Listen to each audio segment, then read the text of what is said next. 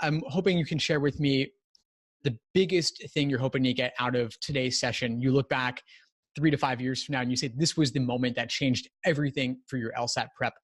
What would need to happen?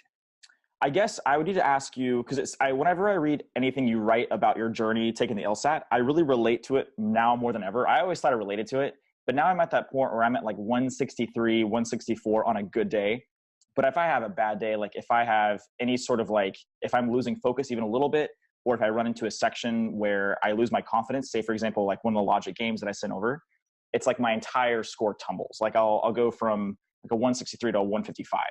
Just because like I still feel at that point where I'm getting better, but like the confidence isn't there, or I don't have maybe the discipline. So I'm just wondering what needs to happen next. What's the next step for someone who is hovering around the low mid 160s and they know they need to get just that extra bit? What do I need to do? What needs to happen for me to get to that point where I can jump into like a test and just, even on a bad day, just know how to hit it, I guess? Yeah, sure. That's a great question. And I think there's two sides to this. One of them is just knowing the content well enough that you can minimize the number of times you encounter something that you don't have a clue how to do. The LSAT is hard enough that most people don't get perfect scores, myself included. Everyone gets something wrong typically. And so it's okay to get a few things wrong. You can get 10 questions wrong and still get a 170, which is still a great place to be, of course. Right. So I'd say, you mentioned games. A lot of the questions that you sent me were related to games. Of course, they were games. And so I'd say, do more games.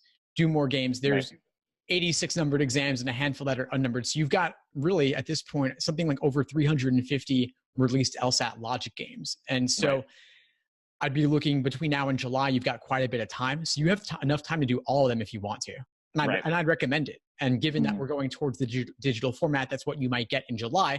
I would say get used to doing it on scrap paper on the side. If you have the PDFs, you have the screen in front of you, have the scrap paper separately so you can go back and forth. Because of course you don't want to be practicing on the page since you won't be on test day potentially. Right. Okay, cool. And for July, you also want to be ready for anything. It could be paper, it could be digital. And so that's tough. You could try to do a mix, do some timed exams on paper, do some on the screen.